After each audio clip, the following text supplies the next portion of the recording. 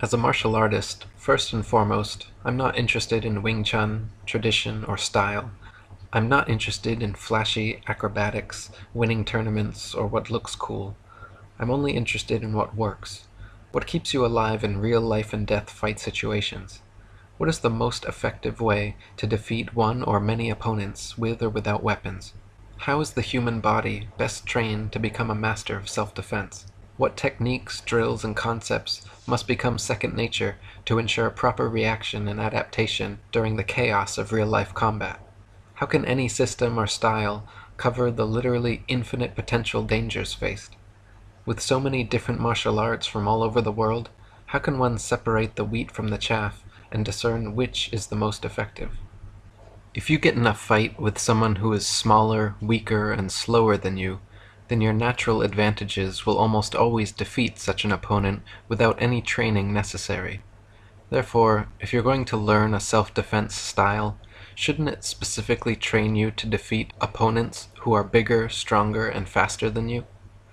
Wing Chun is the only martial arts system known to be invented by a woman, the weaker gender, and was specifically designed to defeat bigger, stronger, faster, and multiple opponents, with or without weapons, simultaneously. Most traditional martial arts, like taekwondo, karate, capoeira, or others, are overly flashy and acrobatic, slaving to outdated and unusable forms, constantly drilling impractical techniques that are not effective on the street. The current trend of UFC, Ultimate Fighting Championship, MMA, mixed martial arts, and grappling styles like jiu-jitsu, judo, and wrestling has many people convinced that the pinnacle of effective self-defense is one or a combination of these hard-form, one-on-one fighting styles. While these styles are indeed formidable and have proven themselves in the ring, consider, in real life, when faced with the necessity to fight, you often must defeat multiple attackers simultaneously. In UFC, MMA, and cage fights, as well as traditional martial arts tournaments, the fighting itself, and thus the bulk of your training, is geared towards one-on-one confrontations of 2 or 3 minute rounds. In real life, however, the average fight lasts a mere 9 seconds, and often includes multiple attackers. Thus, the dominance and perceived effectiveness of hard-form, grappling, UFC, MMA, etc. is only valid in one-on-one fights when you can afford to spend minutes rolling around on the ground with your opponent trying to get a limb lock or stranglehold. In a real fight with multiple attackers, while you're busy rolling around wrestling one guy on the ground, his buddies are all standing straight kicking the snot out of you. Those attackers are often bigger, stronger, and faster than you. These competition fights are always pre-arranged so to only match 2 fighters with comparable skills and attributes. This means that these fighters are always training to defeat their mirror image.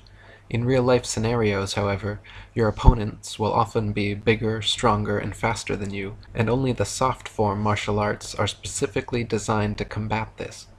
Wing Chun is a combination hard and soft style which employs simultaneous attack and defense, yields to all incoming pressure, and diverts it away from your center line while simultaneously attacking the opponent's center line. This advantage allows even novice Wing Chun practitioners to defeat opponents twice their size, strength, and speed. Those attackers often have weapons. Another issue that every martial artist must consider is self-defense against weapons.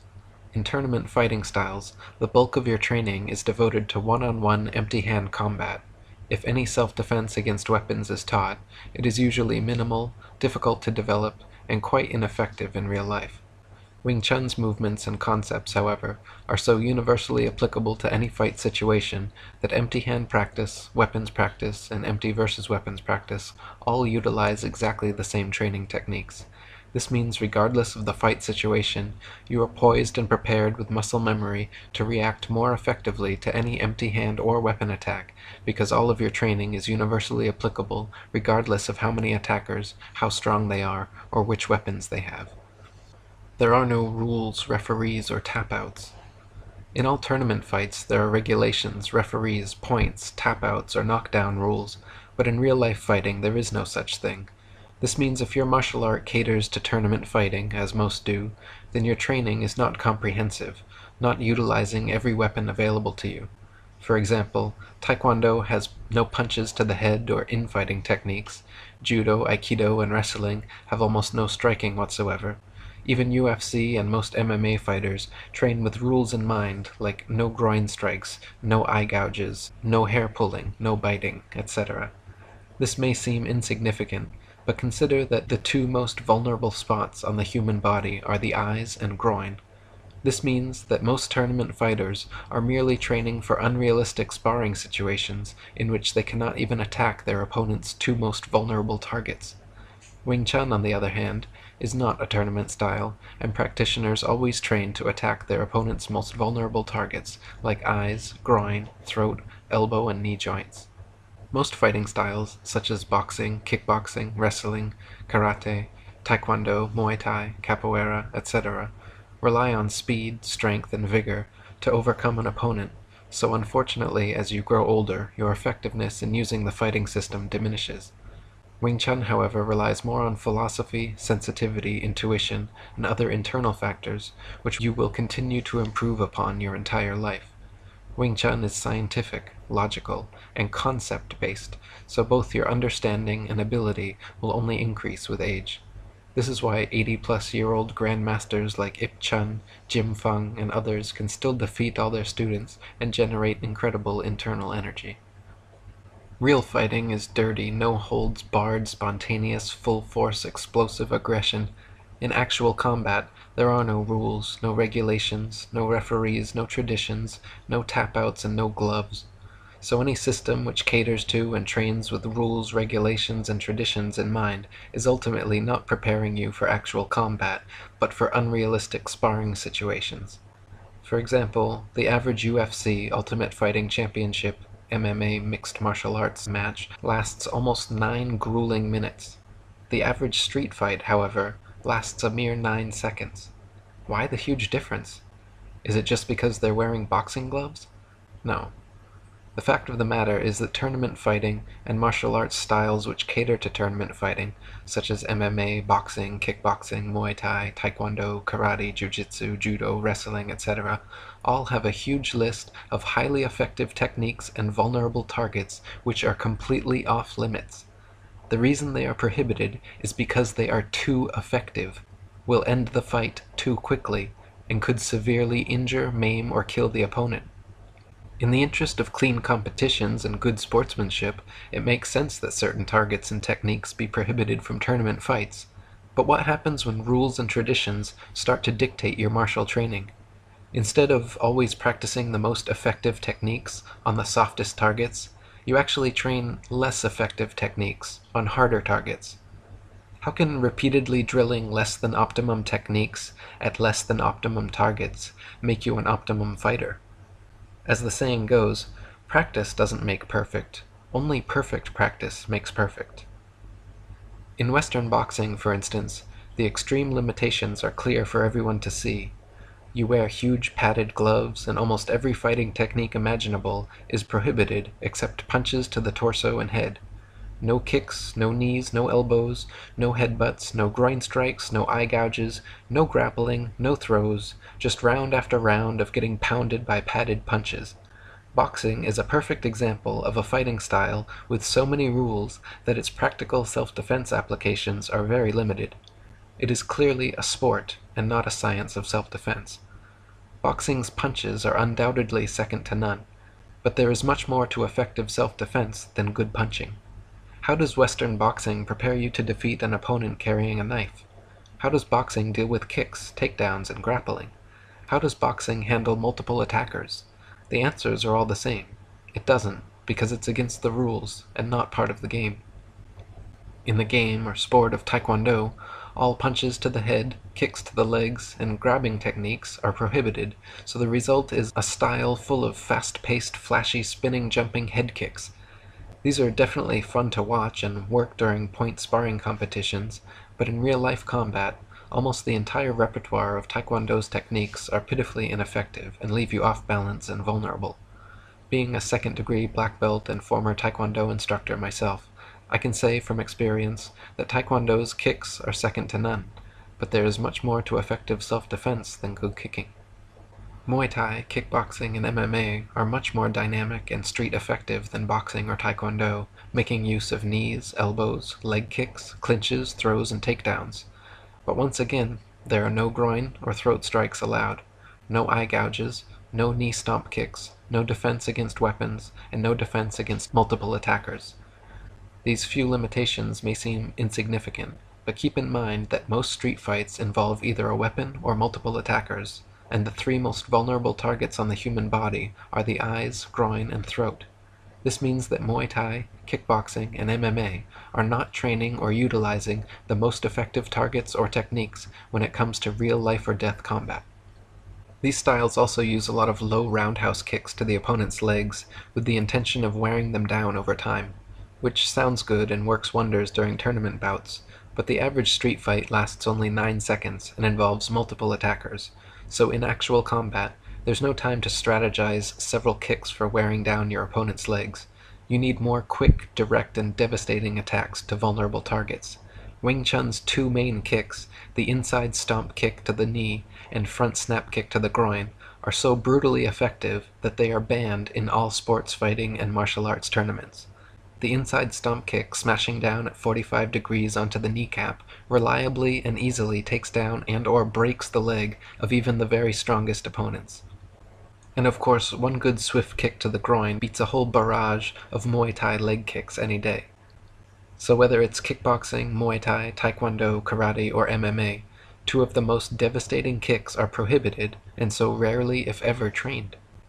Brazilian Jiu-Jitsu, Judo, wrestling, and other grappling styles have little or no striking whatsoever, which is obviously a severe limitation. No punches, no kicks, no knees, no elbows, no eye gouges, no hair pulling, and no biting, yet these styles spend almost all their training time on the ground. How realistic is a ground fight without any striking, eye gouges, hair pulling, or biting? Even MMA, which allows ground striking, still prohibits attacks to the neck and spine, eye gouges, groin strikes, hair pulling, and biting. This is the only reason UFC, MMA, and BJJ fighters spend so long rolling around on the mat together, vying for position. If they were allowed to elbow necks, stomp spines, gouge eyes, strike groins, pull hair, and especially bite, the majority of their well-developed ground games would be useless. Spending minutes jockeying for a side mount or trying to pull off an armbar is highly ineffective if your opponent is wildly biting you, gouging at your eyes, attacking your groin, and pulling your hair. The whole idea of martial artists needing a complex ground game as seen in UFC, MMA, and BJJ is erroneous anyway, because when real fights go to the ground, there's no springy, soft canvas cushion to roll around on. In the street, it's concrete, and the odds are whoever makes the first takedown wins. These styles spend almost all their training time on the ground, working on the philosophy that 95% of fights go to the ground. While it's true that most competition MMA fights go to the ground at some point, this is not the case with street fights.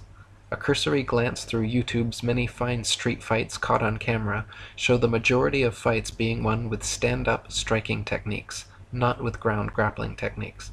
Besides, when facing multiple attackers, going to the ground simply isn't a viable option, because while you're busy rolling around wrestling one guy, his buddies will all be standing straight punt-kicking the snot out of you. Capoeira, drunken boxing, wushu, and other overly flowery forms of kung fu are beautiful to watch and wonderful for developing strength, flexibility, and flow, but when it comes to real life or death combat, these flashy acrobatic styles also fail in many respects. Too much emphasis is placed on dancing and feigning the opponent, often leaving the practitioner off balance and vulnerable to attack. Most of the fancy offensive striking techniques are indirect, less powerful, and less effective than tried and true quick direct strikes along the opponent's center line, as in Wing Chun. So much time is spent practicing flowery, non-combative dancing or acrobatic techniques that proper application and actual fighting often takes a back seat. Karate and several traditional martial arts also have a similar problem, incessantly training rigid robotic forms, stances, blocks, and strikes, absolutely inapplicable and unusable in the street. For example, the traditional front stance, low, high, inside, and outside blocks of karate are so slow, wide, rigid, and telegraphed that they cannot work even against an unskilled opponent.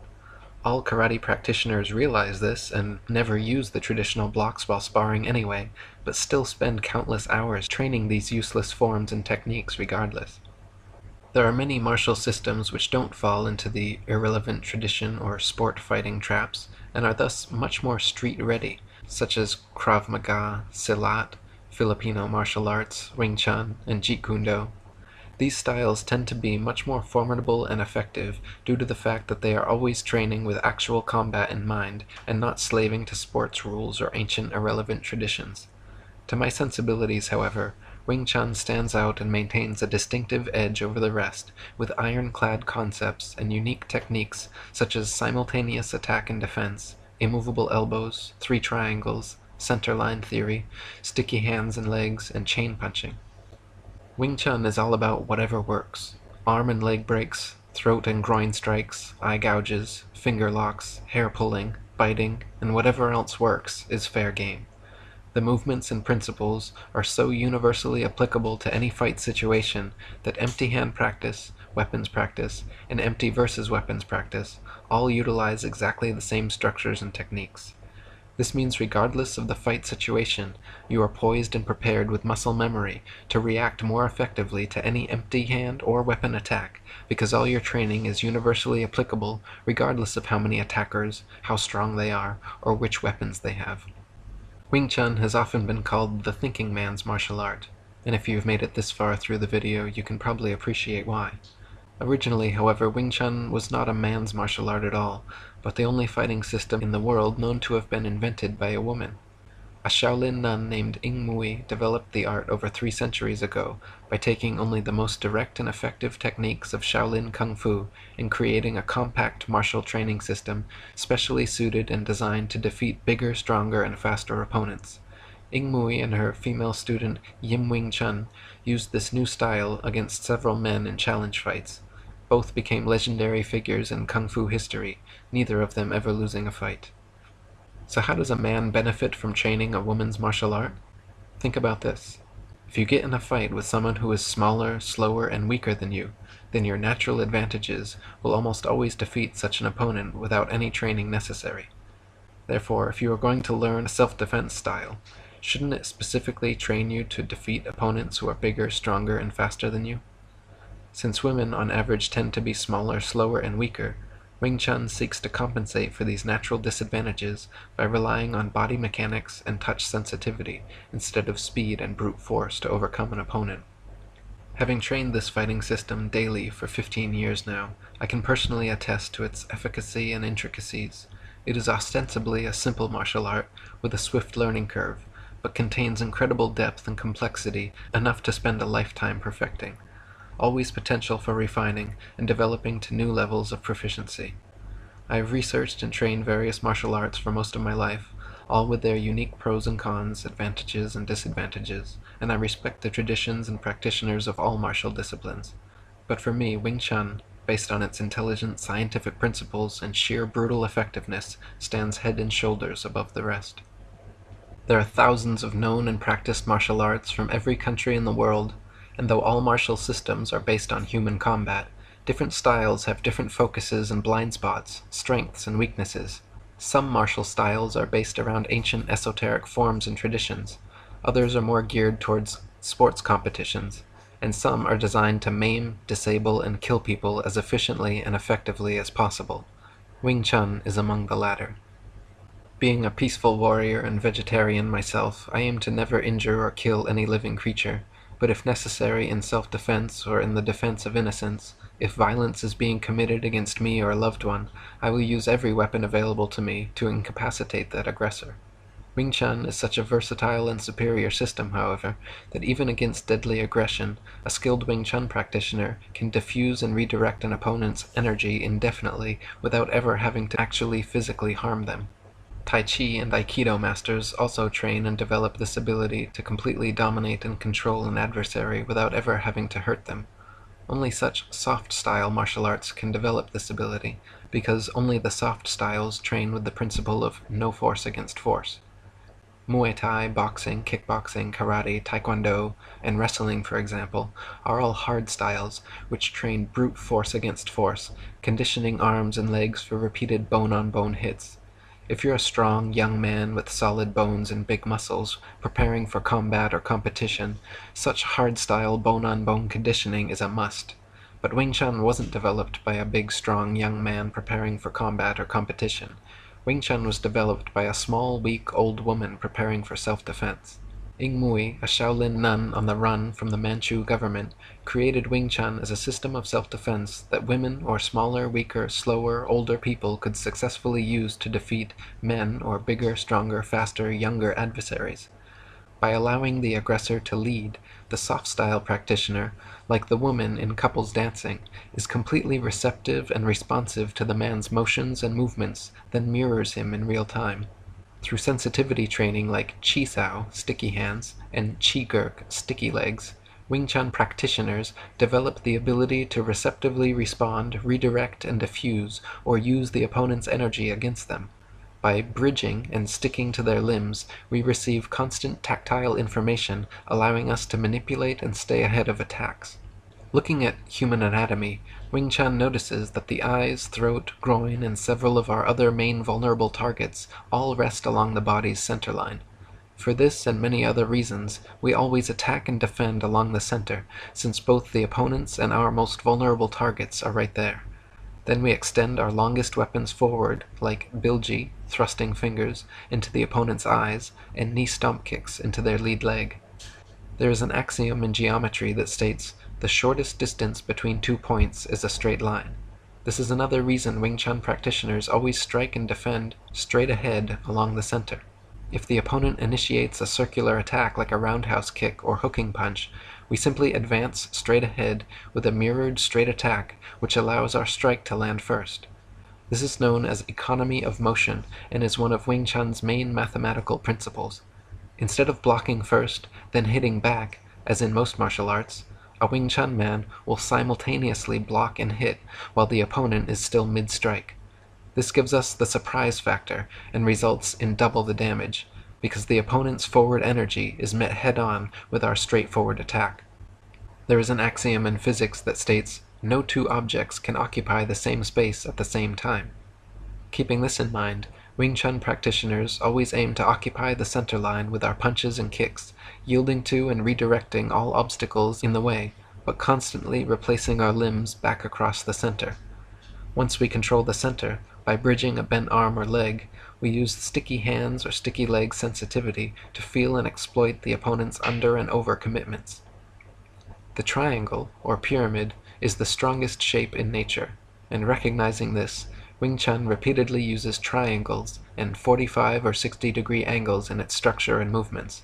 For example, when training, we stand slightly pigeon-toed, with knees bent in and extend both arms frontwards, making 3 triangles with our arms, legs, and feet. The upper triangle, like a door wedge, allows us to easily control the center line, and the lower triangle allows us to receive incredible amounts of forward energy without having to back up. When parrying and attacking, we constantly use the power of 45 and 60-degree angles to deflect, redirect, and cut through our opponent's defenses. The Wing Chun knee stomp kick, 45 degrees downward, just above the knee joint, is absolutely the easiest and most effective leg-breaking technique in existence. If massive force is directed at our center lines, like with a side kick, Muay Thai teep kick, or a running tackle, we triangle sidestep and advance at 45 or 60 degrees, allowing us to overtake their position using not brute strength or muscle, but just the power of angles.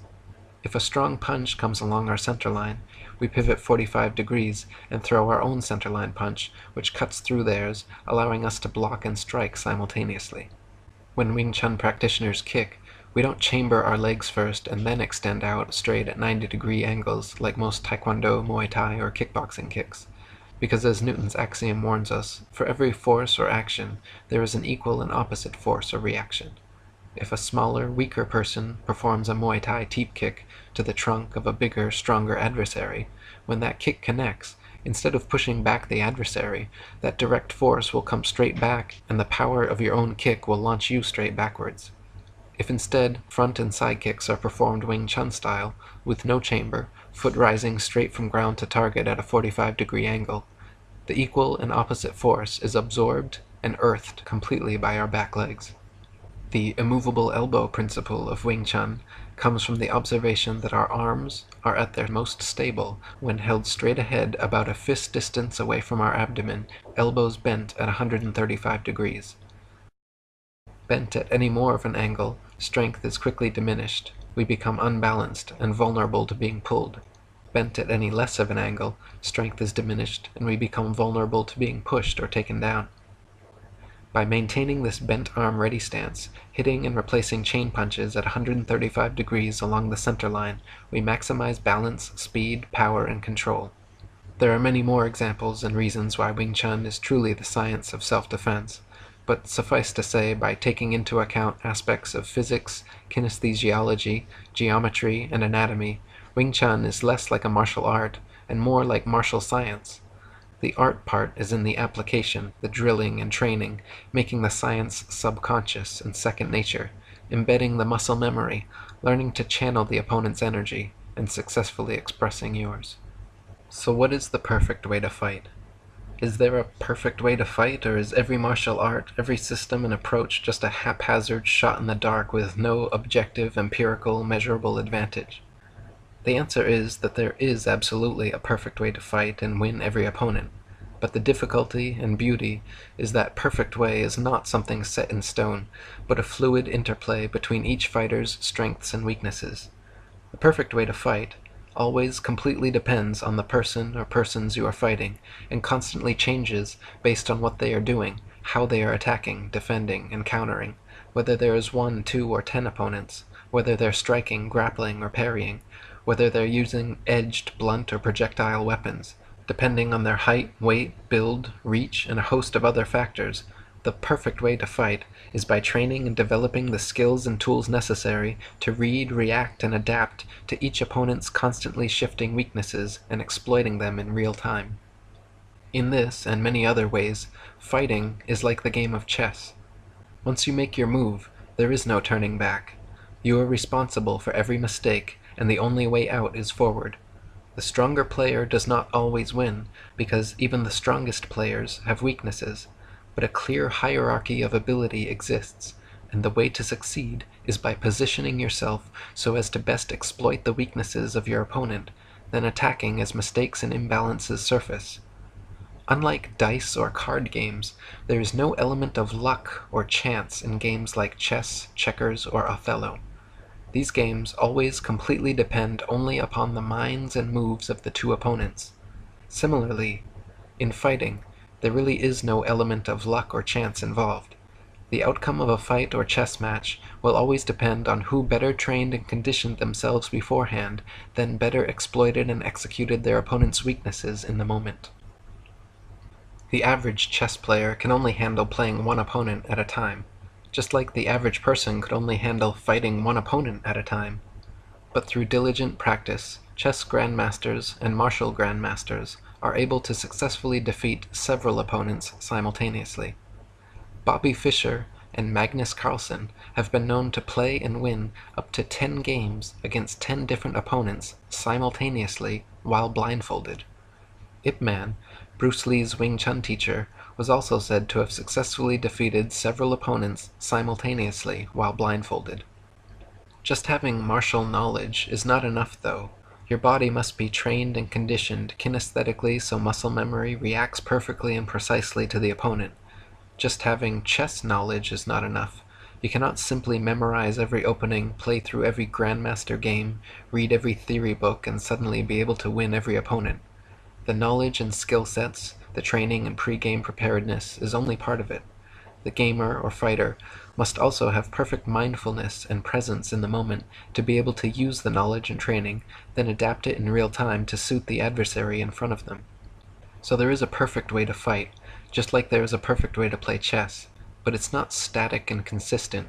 It always completely depends on the opponent and our interplay with their weaknesses in the moment. Both fighters and chess players will train before a tournament, watching videos or studying games of their opponents, looking to find trends and weaknesses. By noticing trends, even ones usually seen as strengths, they can become weaknesses through overuse.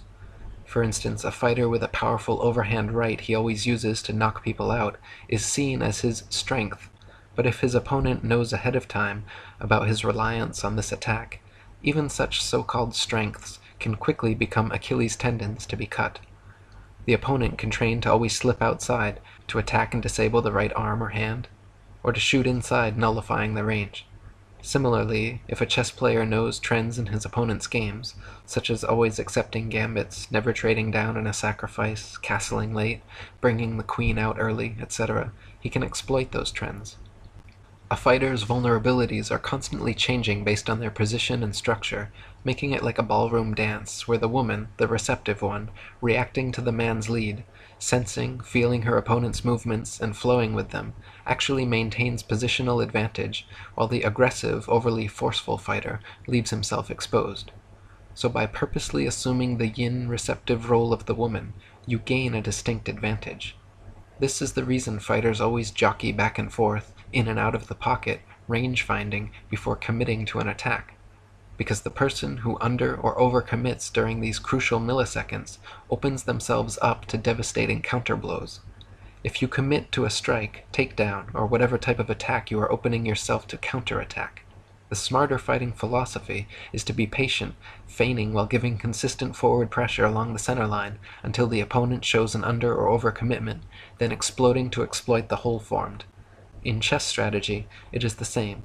Position your pieces to control the center, allow the opponent to initiate exchanges, look for imbalances, weak squares, or undefended pieces, then attack and prey upon the opponent's problem areas. The game of Othello also beautifully demonstrates this advantage of yin over yang. The average Othello player will quickly, aggressively attempt to turn as many pieces to their side as possible, and continue with this one-dimensional yang strategy until they run out of moves, only to have the opponent flip all their pieces back at the end. Similarly, the average fighter will aggressively attempt to attack and finish their opponent as quickly and violently as possible, only to gas out and open themselves up to counterattacks. The highest level Othello players, however, know that the more pieces you have in the beginning, the less potential moves you have later, and the more pieces of yours on the board, the more pieces your opponent can steal. The highest level fighters know if you overcommit to any attack too early, and you are fighting a skilled, adaptive opponent, the overcommitted attack, no matter how powerful, will soon become your weakness. The best Othello players play passively, keeping the fewest amount of their pieces on the board at the beginning so as to maintain positional advantage by having the most potential moves. By having the most potential moves, they are easier able to acquire and secure the crucial border and corner squares. Once a corner square has been acquired, you claim all pieces horizontal, vertical, and diagonal to that corner, and they cannot be turned back. Similarly, in fighting, the best fighters will not rush in and overcommit to some attack without first bridging along the center line, sensing and seeing how the opponent reacts, then exploiting any under or overcommitments in their reaction. Pinning your opponent against a wall, fence, car, or into a corner is also a highly advantageous move, difficult to reverse, just like claiming border and corner pieces in Othello. This is the esoteric advantage yin will always have over yang. Since yang seems weaker, its strength is deceptive. Like water, you must be fluid, receptive, adaptive, and flow around your opponent's obstacles, remaining calm, relaxed, and flexible, both mentally and physically, until the opponent's vulnerabilities present themselves. This is not to say that yang has no place, that women are better fighters, or anything of that sort. A moment of yang strength is ultimately what wins the fight, and men are in general far superior fighters to women. Some arts like Muay Thai, wrestling, or sumo, however, are overly yang, whereas others like Tai Chi, Wushu, and even many lineages of Wing Chun are far too yin, doing nothing but chi sao, sticky hands, and form work, never training, body conditioning, pad work, or sparring. This is just as much a deficiency as the over-aggressive, blunt-headed wrestler type, who simply looks to impose his will no matter how well he is defended or countered by his opponent. One of the main principles in Wing Chun is the center line concept, where fighters train to attack, defend, and dominate along the center line. In chess strategy, dominating and controlling the center is a key positional advantage during the opening. Where many average Wing Chun practitioners and many average chess players fall short is when they don't train to switch it up during the middle and endgame. Many traditional Wing Chun schools train only straight-line attacks and only ever attack along the center line. For instance, they will always enter with the same straight chain punch, push kick flurry, and no matter how well the opponent defends, circles outside, and counters, they still keep steamrolling impotently forward, becoming an increasingly easier target to pick apart. In chess, the opponent's king begins in the center, but as the game progresses, due to castling or other moves, the king will often be situated at either end and not in the center. Once your opponent castles, it becomes obvious whether a kingside, queenside, or central attack will best suit the game, and the adept player must adapt in real time. Similarly, an adept Wing Chun practitioner must always bridge, make contact with the opponent along the center line, but then, depending on what they do next when bridged, other curved or non-centerline attacks may become much better suited than the straight centerline approach. In the entry into the pocket during a fight, just like in entry during the opening of a chess game, it has been proven that dominating and controlling the centerline is key. You will never see a chess grandmaster doing a rook's pawn opening, and you will never see a Wing Chun grandmaster doing a curved or non-centerline entry. To do a rook's pawn opening, or to enter the pocket with a curved attack, is to offer up the crucial advantage of direct centerline control to your opponent for free. If you're playing or fighting an amateur, you may recover from such a blunder, but against a formidable opponent, you will not, and find that giving away the centerline is a consistently losing strategy. In chess, this has been proven beyond any reasonable doubt, though in martial philosophy, the crucial importance of centerline control and straight attack entries has not yet gained popular approval or understanding outside of Wing Chun. The basic idea of straight line entries and centerline control is that the most efficient path between 2 points is a straight line. If you throw a right jab while your opponent throws a right hook, your jab will land first. The blow surprises and decreases the power of your opponent's strike, and the position of your jab effectively blocks the incoming hook. In the case of a kick, imagine a curved Muay Thai roundhouse kick or a Taekwondo spinning kick versus a straight Wing Chun stomp kick, snap kick, or side kick. Like the hook punch, the roundhouse, or any spinning circular attack is telegraphed, slower to arrive at the target, and completely exposes the person attacking by opening their guard wide. Curved attacks are also ineffective until they arrive at full extension to their target, whereas straight attacks are effective even before full extension. For example, if you simply step forward when the opponent initiates a spinning heel kick, you completely neutralize the technique because his dangerous heel extends well behind you. If instead you step straight forward into a straight Wing Chun stop kick to the stomach, the kick will still land, maybe at the shin, the knee, the groin, or the stomach, depending on how close the opponent is when you make contact. But no matter where contact is made, damage will still be done, and their forward movement will be thwarted. Straight kicks are simply less risky, more direct, efficient, and devastating. Therefore, as a general rule, fast, straight attack entries are far superior to curved, circular, or angular attacks. Once the straight attack entry has been made along the center line, then the fighter can and should mix various non-linear attacks based on the tactile information received in the moment as to which combinations and movements will continue to land and defeat the opponent.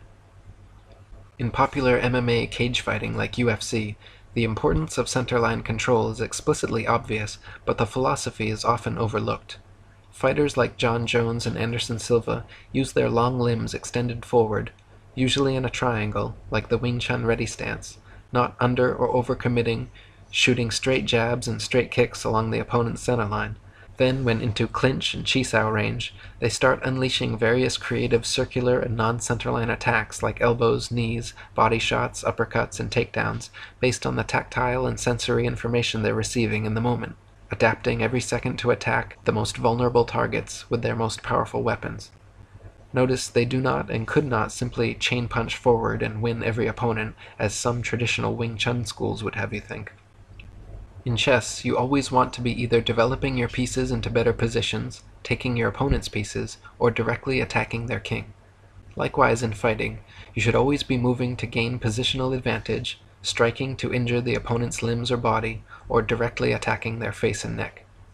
Blood or air chokes, eye gouges, palm strikes, overhands, and other fight-stopping strikes to the face are like checkmates. All other attacks like arm bars, toe holds, leg locks, takedowns, guntings, etc. are analogous to capturing pawns, knights, bishops, rooks, and queens.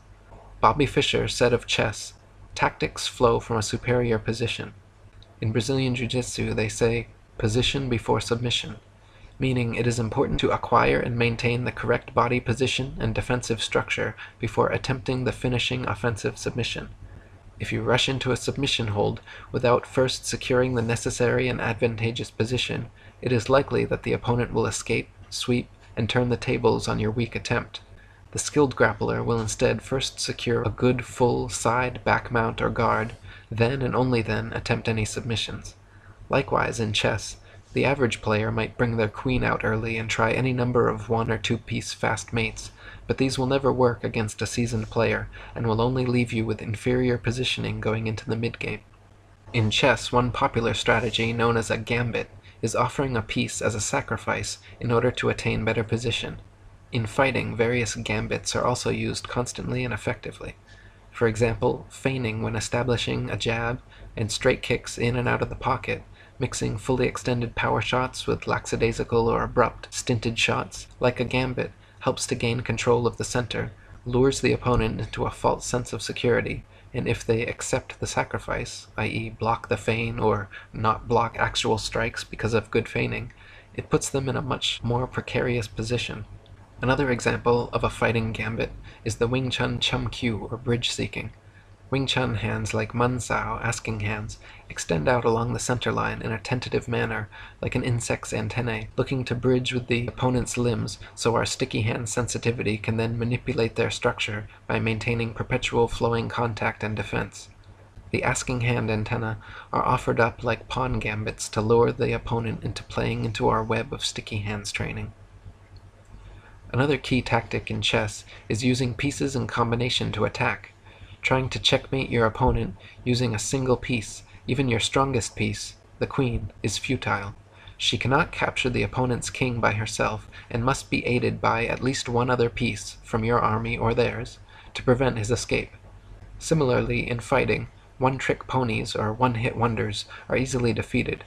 Fighters who fail to attack in combination or rely solely on one preferred technique become transparent and impotent. Wing Chun Kung Fu boasts having the fastest combination punches in the world, known as the chain punch, with many practitioners clocked at an amazing 10 punches per second. One standard Wing Chun attack combines the repeated 1-2-1-2 chain punch with a forward thrusting stomp or snap kick 3-4-3-4 to the opponent's knees and groin, so at any moment you have 3 weapons, 2 arms and a leg, attacking the vulnerable face, groin, and knees in a rapid-fire combination.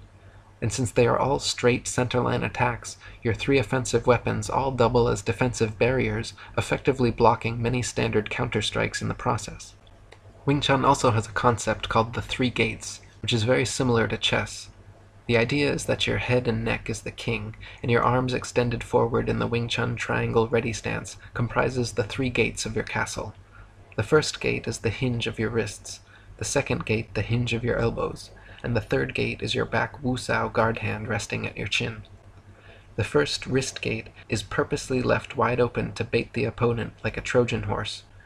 When they pressure in, our hunsao, circling hand, allows them through, then fuksao, controlling hand, quickly closes and locks the gate shut behind, keeping them stuck to our well-developed sticky hands. The second gate is solid and always remains shut, known as the Wing Chun immovable elbow. The second gate's strongest position is a fist and a half distance from the torso. When pressure is placed upon the second gate, we will sooner give up footwork position than allow the immovable elbow gate to collapse. If the opponent manages to get behind or outside our elbow, the third gate, guard hand, must quickly perform lapsao, or pulling hand, bringing the opponent back out to the first gate. In chess, the first gate often offered as gambits or sacrifices in order to gain position are the pawns. The second gate, used to pressure in, are the knights, bishops, and rooks. The third gate, just before reaching the king, is the queen, and both in Wing Chun and chess, if you bring the queen, wusao hand, forward too quickly, it can spell disaster. For example, in the popular Wing Chun Bong Sao Lap Sao drill, Students are taught to always defend only with the lead arm, leaving the wusao guard hand back by the chin, bringing it forward only if and when the second gate has been passed.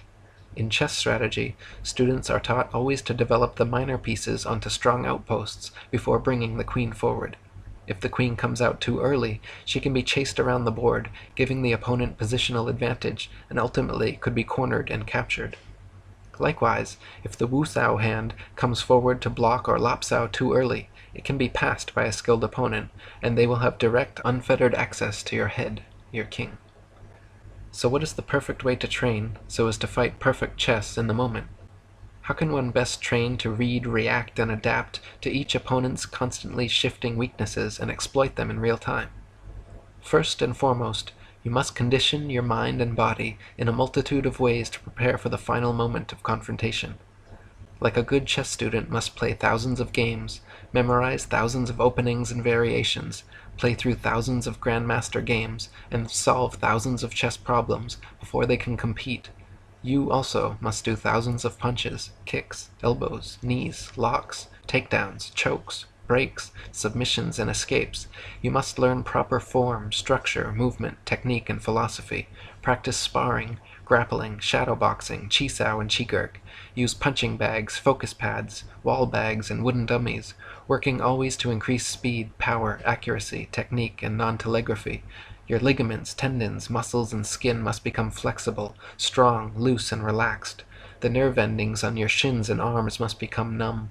Your wrists must become laterally strong, your knuckles calloused, your abdominals and other muscles tough and hard. Your mind must be still and responsive, your body completely relaxed before and after every strike. You should even practice deep abdominal breathing and short, exasperated breathing to improve stamina, control heart rate and adrenaline release, increase the time you can be choked, and decrease the chance of having the wind knocked out of you. Then when the time comes to fight, your mind should be empty and completely present. Any strategy or tactics consciously employed will be overcommitted, unreceptive, and non-adaptive, so you must completely rely on subconscious instinct and muscle memory. Your eyes should be trained on the opponent's sternum, so peripheral vision can fully watch all their limbs. Your stance should remain fluid and light, constantly moving, but able to solidify and immediately plant roots if the opponent shoots. Your guard should be relaxed and moving slightly, just enough to distract and feign, but not enough to open yourself up.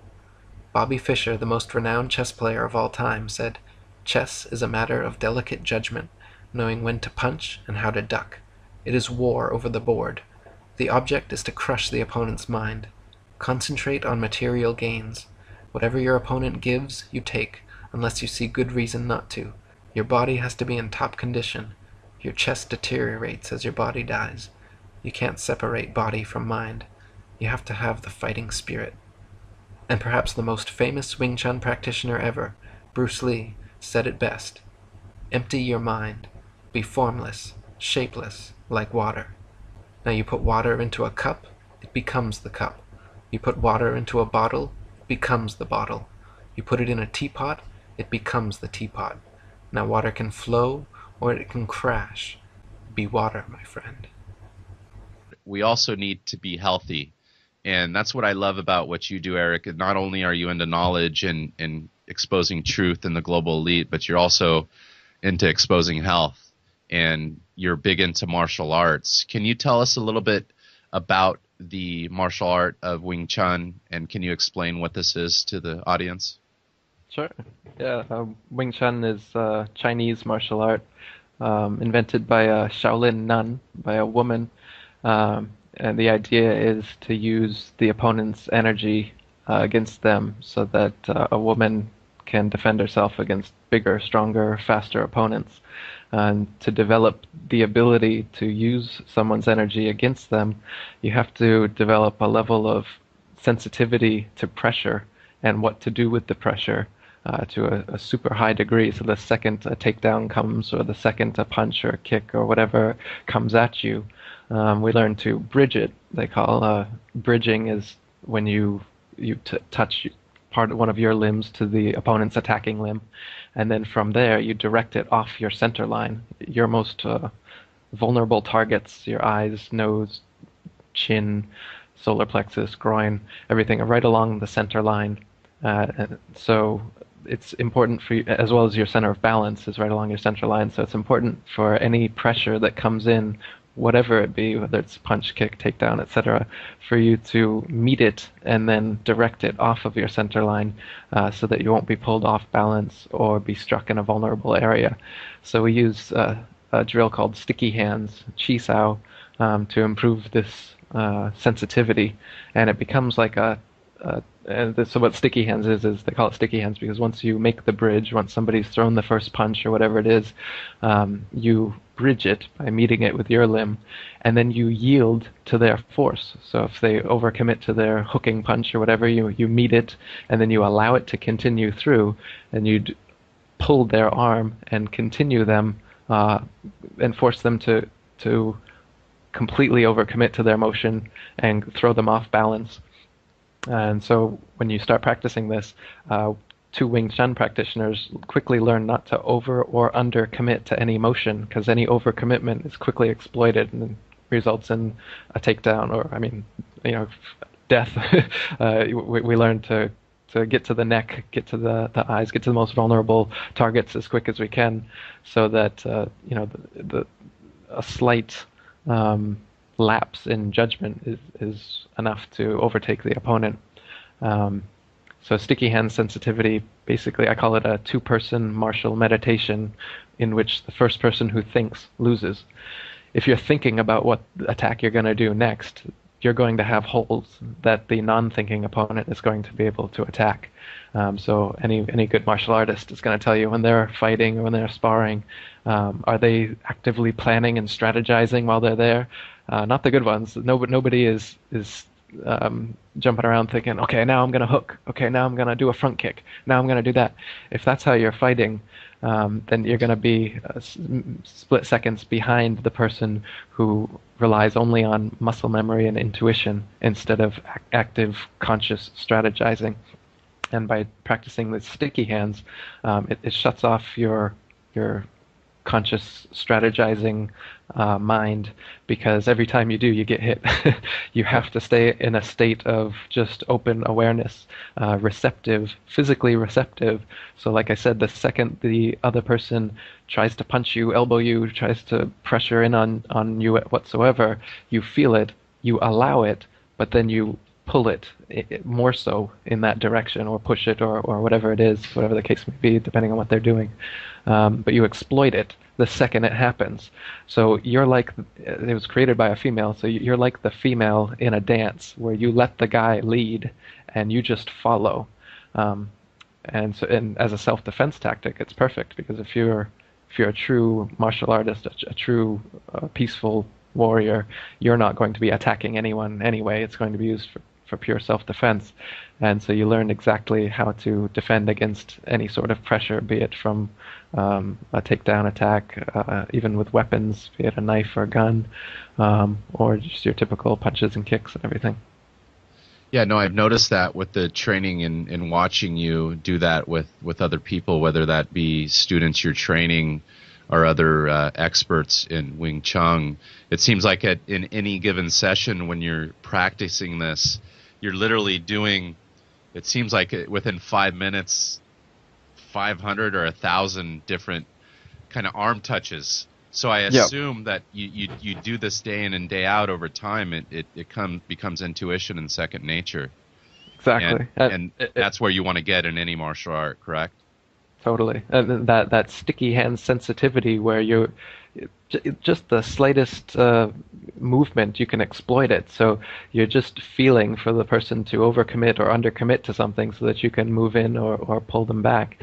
And eventually you get to a point where you don't even have to have a bridge anymore. You don't have to make contact, and you can already respond based on what they're starting to do. So as everyone's got their fighting stance and their footwork, and you've got those moments when you're in and out of the pocket before you've made contact, eventually a high-level Chi Sao or Wing Chun practitioner is able to use that kind of sensitivity at a distance, so that when the first attack comes in, you're already manipulating it before you've even made contact. You're already moving your arms in such a way to make your next attack in their soon-to-be open hole before the hole is even opened, if that makes sense. No, it does make sense. And this, when you talk like that, it reminds me of one of the best martial artists of all time, which would be Bruce Lee. Was he also a Wing Chun practitioner?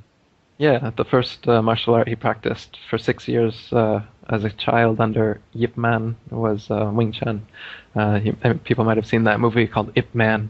That's a great movie, and the fighting in it is very true to the Wing Chun style. Highly recommend anybody watching that. IPMAN. That was Bruce Lee's Wing Chun teacher, actually. And Bruce Lee's martial art that he created, Jeet Kune Do, he even said that Jeet Kune Do was 50% Wing Chun and 50% everything else. And so my personal style is a lot like that as well. I don't want to copy Bruce and say that I'm doing Jeet Kune Do, but I started by doing Taekwondo, and I got a second degree black belt in that, and I used to teach that back in America before I moved to Thailand. And so that Taekwondo, undisputed, is the best martial art to learn if you want to learn how to kick. It's the art of kicking. Um, for instance, Brazilian Jiu-Jitsu is pretty much the undisputed martial art of how to learn to grapple on the ground. Wing Chun is the undisputed master of the trapping range, which is, and Bruce talked about there being four ranges. There's kicking range, which means you can kick the other person, but you can't punch them, trap them, or grapple them yet because you're too far away for anything to reach each other except for your feet. The next range would be punching range, where you can still kick, but you can also punch now, so you've got more things to worry about. But you're not in trapping range yet, which means you can't throw elbows or knees or grapple yet. The second range is trapping range, which is what Wing Chun stays in on purpose. We like that range where it's bent arm range, where you can throw elbows, knees, clinch, takedown, punch, kick. You can do everything from that range. It's the most dangerous place to be. That's why, like in Western boxing, the second you get to that range, the referee breaks you up. In a real fight, getting to that range is when you and the opponent are at the most vulnerable.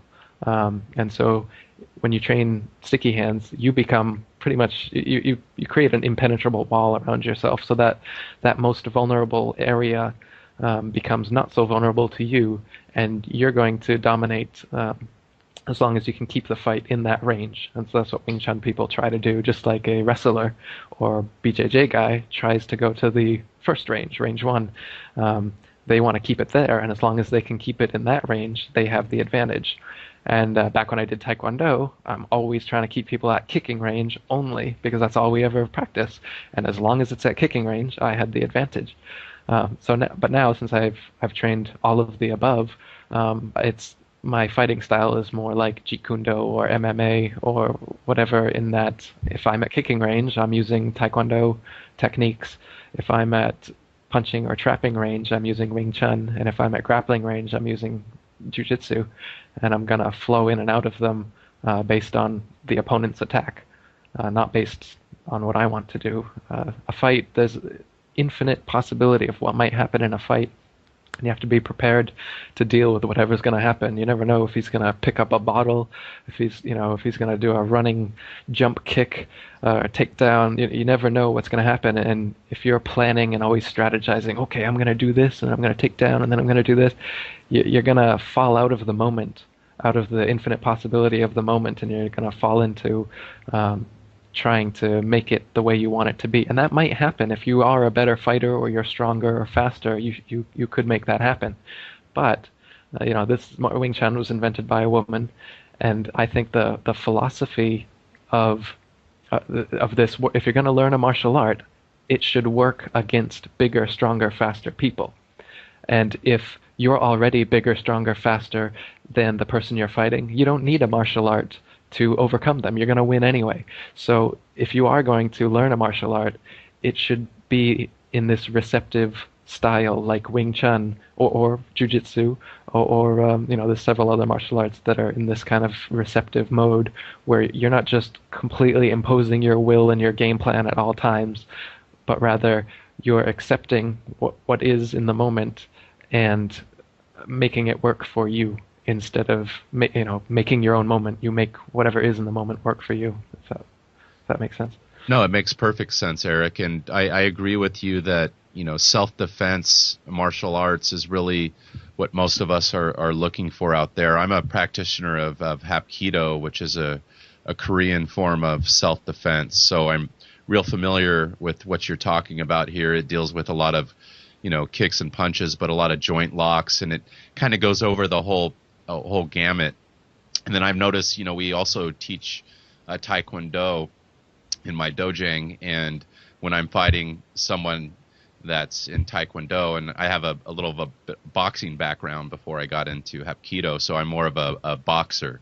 But I throw a little bit of it, all of it in, and that's what our master teaches us. He's, fifth degree black belt in Hapkido, fifth degree black belt in Judo, so he has various arts, and he's a big believer in everything that you're saying, that you have to learn the different styles, even though you might get a black belt, whether that be in Taekwondo or Hapkido or Wing Chun. You got to learn some of those other styles to be the more effective fighter and to essentially defend yourself better in a street fight if anything was to happen on the street. So I definitely agree with you. And to people out there listening, check out Eric. You have a website for this completely dedicated. Can you give that out to the audience, Eric? Yeah, it's BangkokWingChun.com. WingChun, Wing Chun. Yeah, and what I love about that website, to the audience out there, is there's a ton of videos that Eric does for free and he puts out there where he's in, Thailand with his students, whether that be on the grass somewhere or in the studio, and he's showing you guys right there on these videos how it's done. So I definitely recommend that people that are looking into martial arts, that they look into some type of self-defense such as Wing Chun. The martial arts, it definitely, I feel it helps you round out yourself and be more balanced. So, here we are, yourself, Eric, there in Thailand. You're a big truth seeker, seeking knowledge and writing books. It helps balance us out with our health and our bodies, because as we're doing this martial arts and learning them and putting our bodies into these weird positions, we also want to take care of our health, and the food we put into our bodies, notice that, makes a big difference. Whether you're learning or seeking knowledge, the energy you have to do that, or whether you're doing martial arts, that plays a big part of that. I again commend you on what you're doing out there, Eric. You're also leaving this world a more beautiful place by sharing your knowledge with everybody out there, regardless of, not making any money and being attacked by Freemasons here in the United States. You're not leaving us. You're still a brother who has left our country, who's just living there in Thailand. But to you,